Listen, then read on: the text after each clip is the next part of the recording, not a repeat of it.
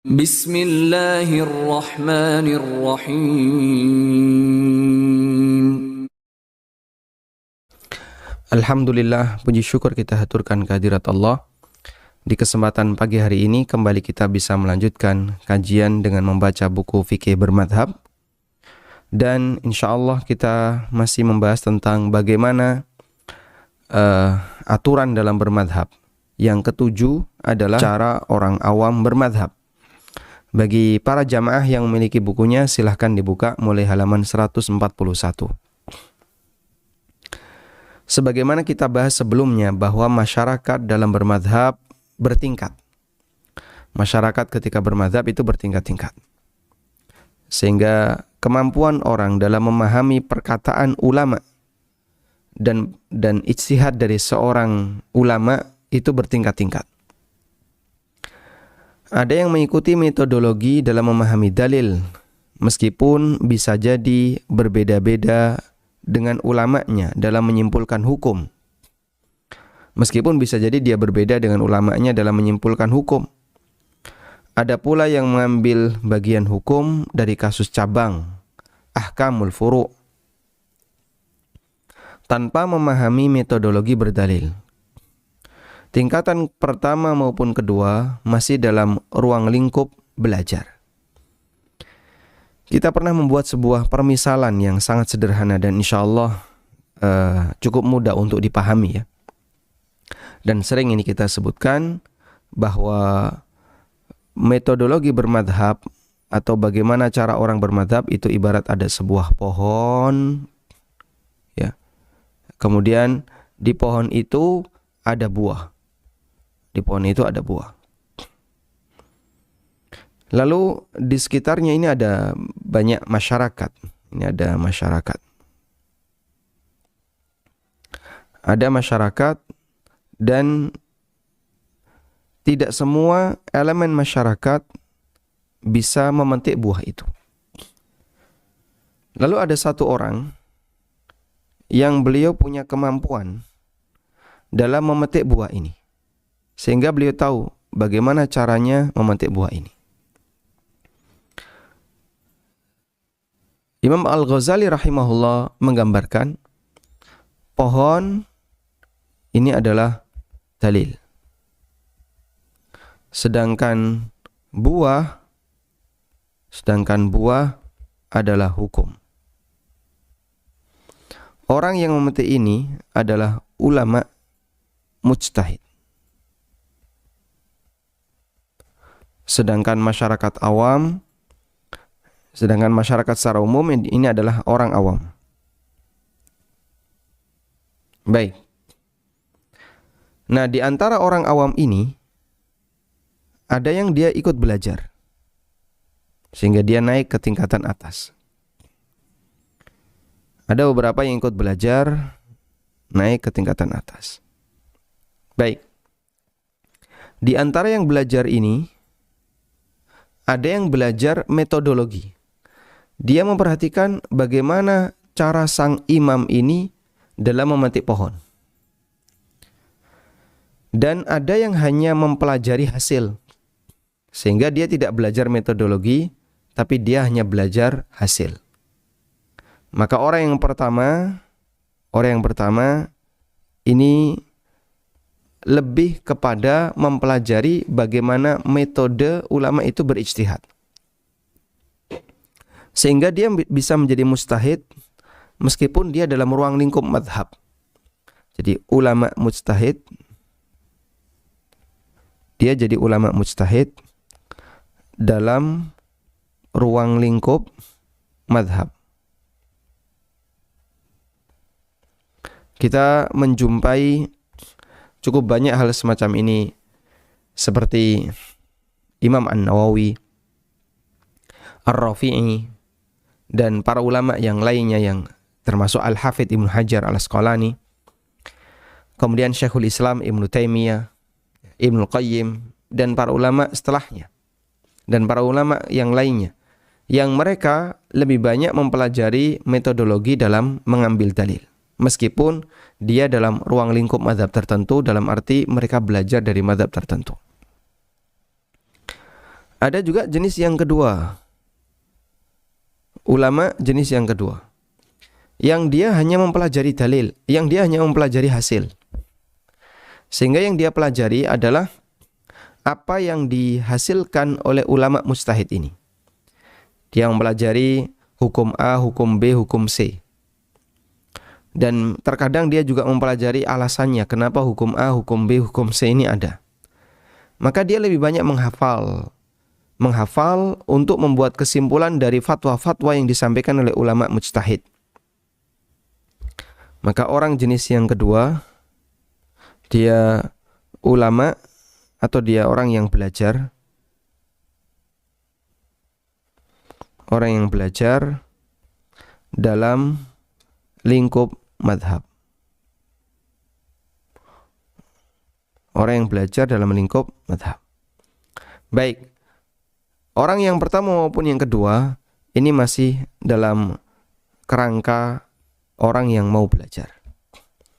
Sedangkan masyarakat awam yang ada di bawahnya, karena mereka tidak belajar, maka mereka hanya mengandalkan ceramah umum atau khutbah Jumat yang dia dengar, sehingga tidak mempelajari jalur khusus mazhab tertentu.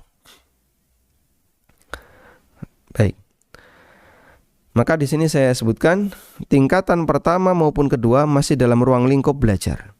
Artinya keterangan tentang tingkatan madhab, tentang tingkatan bermadhab tersebut tidak berlaku bagi orang yang tidak mau belajar. Sehingga ada bermadhab itu bertingkat, ada tingkat 1, tingkat 2, itu berlaku bagi orang yang mau belajar dan tidak berlaku bagi yang tidak mau belajar. Ibnu Qayyim rahimahullah mengatakan, annal qaila annahu syafi'iyyun au malikiyun au hanafiyun yaz'umu annahu muttabi'un lidzalika al-imama salikun tariqahu.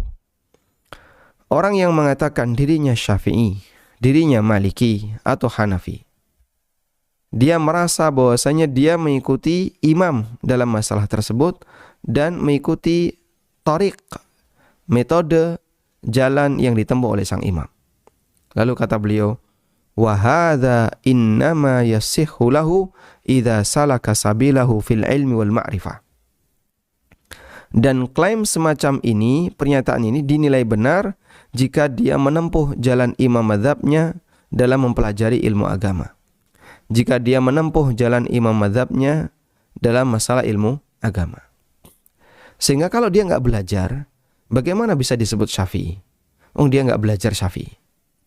Kalau dia nggak belajar, bagaimana bisa disebut Hambali? Dia nggak belajar. Maka kata kunci dalam bermadzhab adalah dia belajar.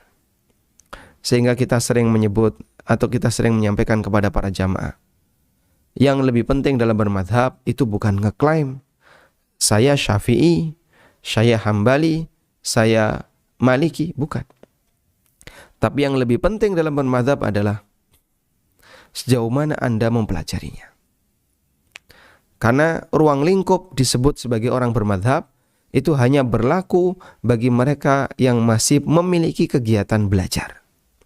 Kalau dia nggak belajar, tidak kita sebut sebagai ulama A atau orang yang bermadzhab A, bermadzhab B, tidak. Kondisi ini berbeda dengan orang awam yang mereka tidak intensif dalam belajar agama. Selain hanya kajian umum atau kajian tematik, atau hanya mengandalkan khutbah Jumat, itu pun kadang ditinggal tidur. Sebagian ulama menegaskan bahwa orang awam tidak bisa bermadzhab karena mereka tidak belajar secara linier dari para ulama mazhab, baik terkait metodenya maupun masalah furu', masalah cabang, yang dia tahu hanya fatwa dari gurunya. Gurunya ngomong apa, dia ikuti. Gurunya menyampaikan apa, dia ikuti. Sehingga dia tidak bisa mengenal apa yang ada dalam mazhab Syafi'i. Dia tidak mengetahui apa yang ada dalam mazhab Maliki dan seterusnya. Ibnu Qayyim menjelaskan, la yasihhu lil 'ami madhhabun. Tidak sah adanya madhab bagi orang awam. Walau tamadhaba bihi fal'ami la madhaba lahu. Jika dia bermadhab, maka hakikatnya orang awam itu tidak memiliki madhab. Li'anna al-madhhaba innama yakunu liman lahu naw'u nadharin wastidlal. Karena hakikat bagi bermadhab itu berlaku bagi orang yang memiliki kemampuan dalam mengkaji dan meneliti. Dia punya kemampuan untuk mempelajarinya. Wa yakunu basiran bil madhab ala hasabihi. Sehingga dia memiliki pengetahuan tentang madhab. Dia memiliki pengetahuan bil madhahib, tentang berbagai macam madhab, ala hasabihi, sesuai dengan tingkatannya. Au liman qara'a kitaban fi furu'i dzalika al madhab, atau dia membaca kitab yang menyebutkan tentang perkara furu', perkara cabang dalam madhab tersebut, dan dia mengetahui fatwa-fatwa dari imamnya dan pendapat-pendapat imamnya, sehingga dia tahu pendapat Syafi'i itu apa. Dia tahu karena dia belajar, dia membaca bukunya Imam Syafi'i. Barulah yang seperti ini bisa disebut bermadhab. Tapi jika hanya sebatas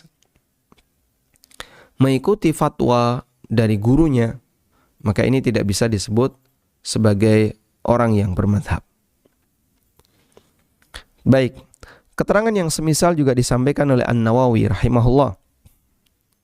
Beliau menyebutkan walladzi yaqtadihi ad-dalil annahu ay al-ami la yalzamuhu at-tamadhhubu bimadhhabin, sesuai dengan makna dalil bahwa orang awam tidak harus bermadhab dengan madhab tertentu. Bal yastafti man sya'a man ittufiqa. Namun dia bertanya kepada ulama yang dia pilih, yang disepakati kemampuannya. Lakin min ghairi talaqqutin lirrukhas. Kendati demikian, dia tidak boleh secara sengaja untuk memilih pendapat atau mencari-cari pendapat yang ringan. Sehingga dari perkataan Imam An-Nawawi di sini, beliau menegaskan orang awam tidak punya kewajiban bermadhab karena mereka tidak belajar. Kalaupun ikut kajian, hanya sifatnya kajian umum, kajian peringatan yang kira-kira rame-rame, itu baru dia datang. Dan itu pun kadang hanya sekilas saja, nggak serius, ya. Maka bagaimana mungkin orang semacam ini bisa disebut bermadhab? Sudah? Sehingga yang diizinkan bagi orang awam adalah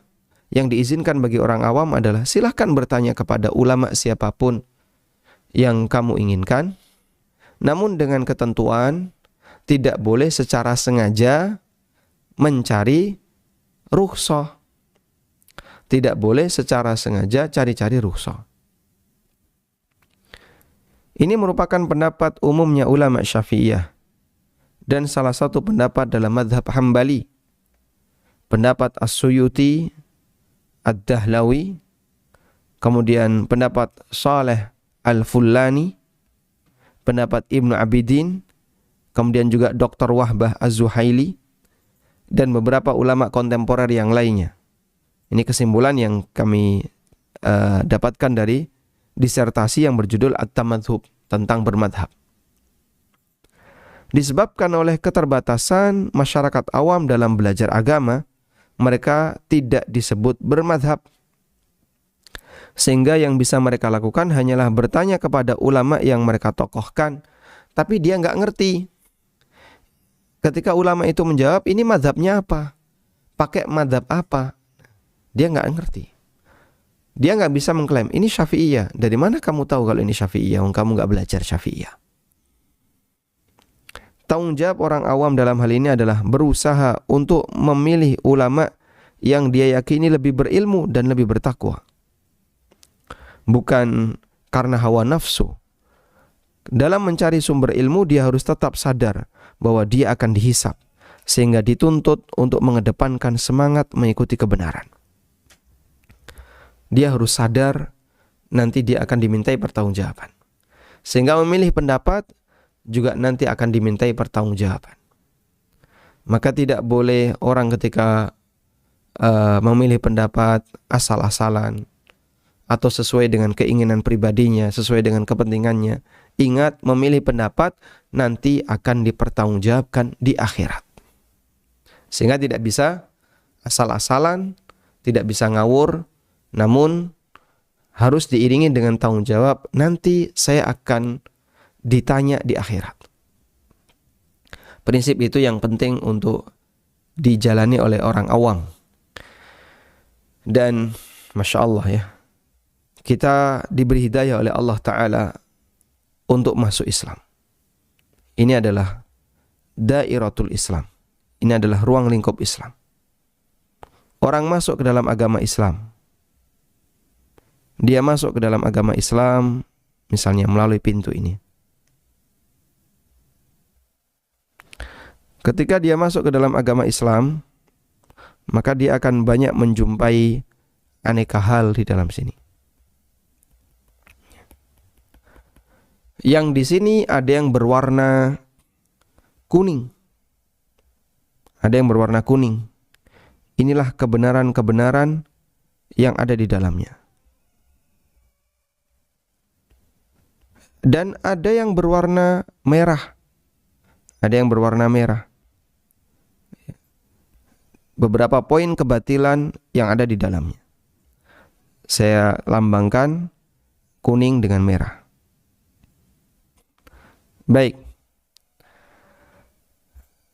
Lalu ketika orang itu masuk Islam,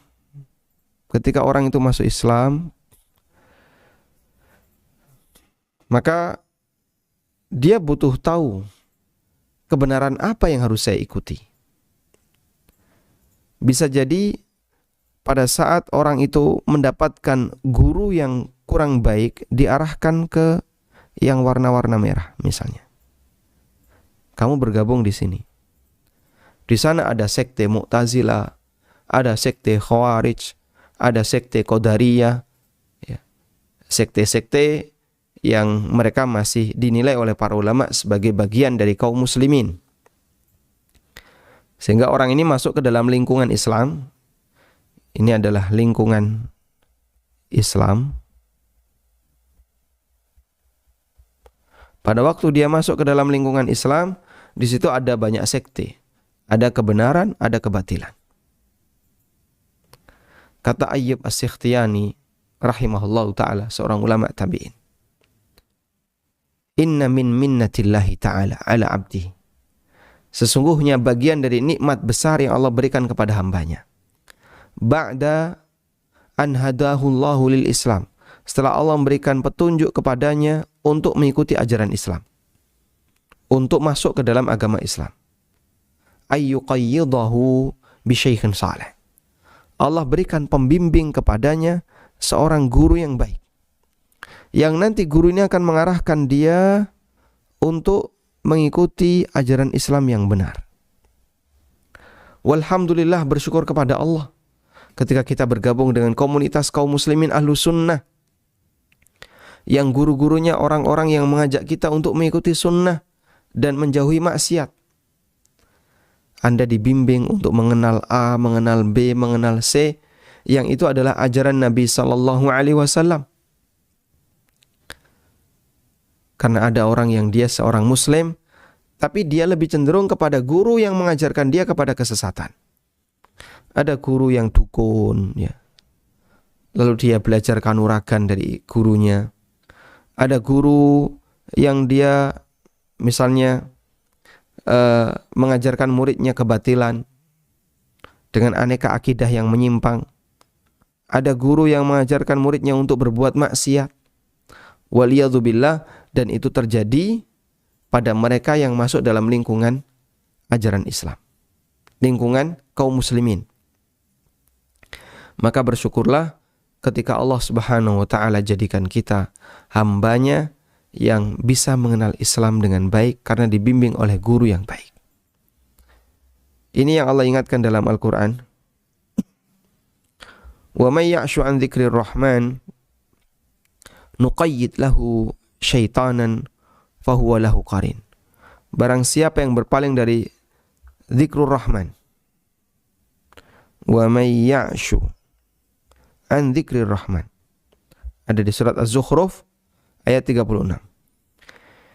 Siapa yang berpaling dari dzikrur rahman, dan yang dimaksud dengan dzikrur rahman adalah peringatan yang diturunkan oleh Ar-Rahman, oleh Allah Ta'ala. Nuqayyid lahu syaitanan, maka kami pasangkan dia dengan setan. Fahuwa lahu qarin, sehingga setan ini menjadi teman dekatnya. Wa innahum layasuddunahum 'anis sabil. Lalu setan ini menghalangi mereka untuk menuju jalan yang lurus. Wa yahsabuna annahum muhtadun, dan dia menyangka, dia mengira kalau dia dalam posisi mendapatkan hidayah.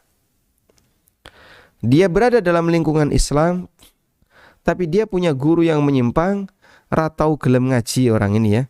Enggak gubris dengan Islam, tapi dia punya kecenderungan terhadap guru tertentu. Sayangnya guru ini mengarahkan dia kepada kesesatan. Waliyadzubillah.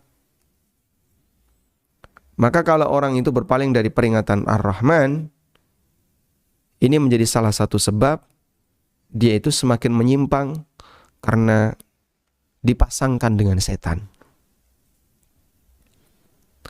Wallahu a'lam. Walhamdulillahirabbil alamin.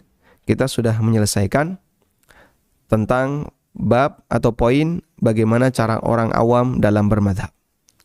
Berikutnya kita akan membaca yang ke-8. Yang ke-8 adalah tentang apa hukum menggabungkan aneka madhab yang diistilahkan oleh para ulama dengan talfiqul madzahib. Apa hukum talfiqul madzahib? Coba kita lihat definisi dari istilah ini. Tambahan satu istilah baru barangkali bagi sebagian jamaah. Ada yang disebut dengan talfiqul madzahib. Baik, hafalkan apa itu talfiq. Talfiq berasal dari kata laffaqa yulaffiqu, yang artinya menggabungkan objek yang terpisah dengan ikatan tertentu. Menggabungkan objek yang terpisah dengan ikatan tertentu. Menggabungkan beberapa madhab dalam satu amal tertentu diistilahkan oleh para ulama dengan sebutan talfiqul madzahib. Ya, sehingga misalnya orang punya HP, ya. Lalu dia punya e-tol. Dia punya e-tol, dia punya e-money, taruh di HP ini. Dikasih lakban. Ya. Ditaruh di HP, dikasih lakban. Sudah? Kegiatan ini namanya talfiq. Dua benda yang dijadikan satu dengan cara diikat. Kegiatan ini namanya talfiq. Nah, kaitannya dengan makna bahasa ini, talfiqul madzahib artinya adalah menggabungkan beberapa pendapat dari aneka mazhab menjadi satu dalam satu amal tertentu. Gabungkannya gimana? Digabungkan dalam satu amal tertentu. Namanya talfiq al-madzahib. Artinya talfiq itu bukan seperti ini ya. Dia sholat mazhab Syafi'i, tapi puasanya mazhab Maliki. Haji dan umrohnya mazhab Hambali. Bukan demikian. Satu amal tertentu, sholat saja. Di situ dia menggabungkan banyak mazhab. Ya. Misalnya terkait masalah syarat sah sholat, dia nanti menggabungkan beberapa mazhab. Sehingga satu ikatan amal itu di situ berisi banyak mazhab yang digabungkan. Model seperti ini disebut dengan talfiqul madzahib. Dalam ensiklopedia fikih dinyatakan, al-muradu bit talfiq bainal madzahibi akhdhu sihhatil fi'li min madhhabaini ma'an ba'dal hukmi bi butlanihi ala kulli wahidin minhuma bimufradihi. Yang dimaksud dengan talfiq adalah mengambil ruang hukum sahnya sebuah perbuatan. Mengambil ruang hukum sahnya sebuah perbuatan dari masing-masing mazhab setelah diketahui hukum batalnya perbuatan tersebut jika ditinjau dari masing-masing mazhab. Saya kasih contoh, semoga lebih memudahkan dalam memahami. Ingat tadi ya, prinsip dari talfik adalah menggabungkan beberapa pendapat madhab dalam satu amalan tertentu atau satu masalah tertentu. Sehingga pengikatnya ini, satu amalan tertentu atau masalah tertentu. Sebagai contoh, menyentuh wanita yang bukan mahram tanpa pelapis, termasuk pembatal wudu menurut mazhab Syafi'iyah, tapi bukan pembatal dalam mazhab Hanafiyah. Sudah? Keluarnya darah dari selain kemaluan termasuk pembatal wudu menurut Hanafiyah, tapi bukan pembatal wudu menurut Syafi'iyah. Baik, dipahami ya? Kita pahami di sini dulu. Kasusnya pembatal wudu, lalu mau dilakukan talfik. Menurut Syafi'iyah, menyentuh wanita yang bukan mahram batal wudu. Menurut Hanafiyah enggak batal. Kemudian pembatal wudu yang lain yaitu mengeluarkan darah. Menurut Hanafiyah, keluar darah apapun dari badan ini batal wudu. Mimisan batal wudu, luka batal wudu ketika keluar darah. Namun menurut Syafi'iyah tidak batal wudu, kecuali jika darah itu keluar dari kemaluan. Kalau keluar dari kemaluan, maka ini bisa membatalkan wudu. Sudah? Dari dua pendapat ini, si A berpendapat bahwa menyentuh wanita yang bukan mahram tanpa pelapis tidak membatalkan wudu, mengacu kepada mazhab Hanafiyah. Adapun keluarnya darah dari selain kemaluan bukan pembatal wudu, mengacu kepada mazhab Syafi'iyah. Jadi dalam satu kasus pembatal wudu, dia mengacu kepada beberapa mazhab. Ini yang disebut dengan talfiqul madzahib. Dipahami insyaallah? Masya Allah. Baik. Sekarang coba kita lihat ya. Apakah tindakan semacam ini dibolehkan? Boleh nggak model talfik kayak gini?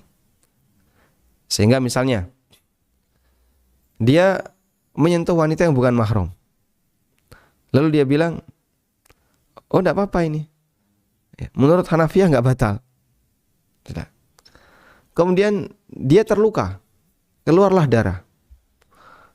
Lalu dia mengatakan kepada dirinya sendiri, oh enggak apa-apa. Menurut Syafi'iyah ini enggak batal. Sehingga dia bisa belok kanan, belok kiri, tergantung mana yang kira-kira membuat dia lebih nyaman, sehingga tidak perlu mengulang wudu. Nah, apakah tindakan semacam ini diperbolehkan? Dalam hal ini ada dua keadaan. Yang pertama, talfik dengan maksud mencari yang paling ringan atau sengaja cari-cari rukhsah, tatabbu'ur rukhas. Perbuatan semacam ini tercela karena pada hakikatnya menuruti hawa nafsu. Seorang ulama tabi'in yaitu Sulaiman At-Taimi mengatakan, "Lau akhadta bi rukhsati kulli alimin ijtama'a fika syarru kullu." Kalau engkau mengambil semua rukhsah yang pernah dinyatakan oleh para ulama, maka terkumpul dalam dirimu asyarru kullu, seluruh kebaikan. Terkumpul dalam dirimu seluruh keburukan. Maka terkumpul pada dirimu seluruh keburukan. Masya Allah. Sehingga kalau ada orang yang sengaja pilih-pilih pendapat dengan dia ambil mana yang paling ringan, itu sama dengan mengumpulkan seluruh keburukan pada dirinya. Selain itu, sebagian ulama menyebutkan bahwa talfik al-madzahib identik dengan tindakan sengaja mencari-cari rukhsah. Wah, ini sengaja cari-cari yang lebih ringan. Tidak boleh seperti itu. Karena tatabbu'ur rukhas termasuk di antara tindakan yang tercela. Wallahu a'lam. Sudah? Selanjutnya kita beralih ke talfik demi mencari kebenaran. Boleh enggak belok kanan, belok kiri, sehingga pindah-pindah mazhab dalam rangka mencari kebenaran. Ulama berbeda pendapat dalam hal ini. Pendapat pertama menyebutkan talfik mazhab, apapun alasan dan latar belakangnya, tidak boleh. Ini merupakan pendapat Ibnu Abidin, ulama Hanafiyah. Dalam Hasyiyah Ibnu Abidin beliau menyebutkan annal hukmal mulaffaq batilun bil ijma'. Hukum hasil talfik adalah batil berdasarkan ijma'. Hukum hasil talfik adalah batal berdasarkan ijma'. Kemudian pendapat yang kedua, talfik mazhab selama dilakukan dengan latar belakang mencari kebenaran adalah hal yang diperbolehkan, hukumnya boleh. Dalam Hasyiyah Ad-Dasuqi untuk Asy-Syarhul Kabir, Imam Ad-Dardir dinyatakan, wabil jumlah fa fit talfiqi fil ibadatil wahidah min madhhabaini tariqatan. Kesimpulannya, ada dua pendapat mengenai talfik mazhab dalam satu ibadah. Pertama, hukumnya dilarang, al-man'u, wa huwa tariqatu al-musawirah, wa huwa tariqatu al-masaruwah wal jawaz, wa huwa tariqatu al-magharibah wa rajahtu. Ya. Yang pertama hukumnya dilarang, ini adalah pendapat para ulama Mesir, al-masariwah, dari kata Misr, namanya masarif. Kemudian yang kedua adalah tariqah al-magharibah, dari kata Maghrib, Maroko. Warajahtu, dan aku menilai lebih kuat pendapat yang kedua. Sehingga kata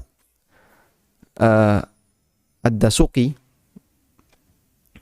beliau menyebutkan, dan Ad-Dasuqi ini mazhabnya Maliki. Mazhab Maliki itu ada di Afrika Utara ya. Afrika Utara untuk bagian timur, Mesir, ya, bagian timur yang di situ ada Mesir, dominan Syafi'iyah dan ada Malikiyah. Afrika Utara bagian barat, ada Maroko, ada Mauritania, itu mazhabnya mazhab Maliki. Nah, beliau sebutkan di sini kesimpulannya untuk talfik dalam masalah ibadah, ya, satu ibadah di talfik, ada yang mengatakan dilarang, dan ini adalah pendapat ulama-ulama Mesir, dan ada yang mengatakan diperbolehkan, dan ini pendapat ulama-ulama Maroko. Pendapat kedua tersebut insya Allah lebih mendekati kebenaran, karena pendapat mazhab tertentu dalam satu kegiatan ibadah tertentu tidak dijamin semuanya sesuai sunnah. Termasuk juga ketika orang bertaklid, sehingga saya mau sholat pakai mazhab Syafi'i semuanya. Apakah Anda bisa jamin kalau semua sholat ala Syafi'i dengan menggunakan fikih Syafi'i semuanya sesuai sunnah? Kita tidak tahu. Termasuk juga ketika orang bertaklid, dia hanya akan mengikuti ulama yang menjadi tempat bertanya. Ar-Ruhaibani menyebutkan,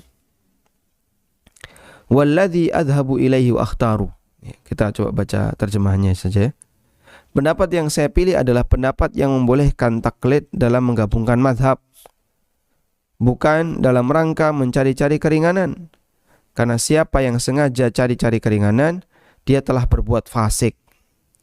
Namun dia melakukan talfik karena sifatnya kebetulan, terutama bagi orang awam yang tidak mampu memahami agama selain dengan cara bertanya. Maka bisa jadi dia bertanya kepada ulama A pakai mazhab Syafi'i. Dalam kasus yang sama dia bertanya kepada ulama B pakai mazhab Hambali. Kesimpulannya bahwa talfik mazhab hukumnya dibolehkan selama dilakukan dengan semangat mencari kebenaran, bukan dalam rangka cari-cari rukhsah. Wallahu a'lam. Tayyib. Dan insyaallah di pertemuan berikutnya kita masih membahas tentang hukum lintas madhab.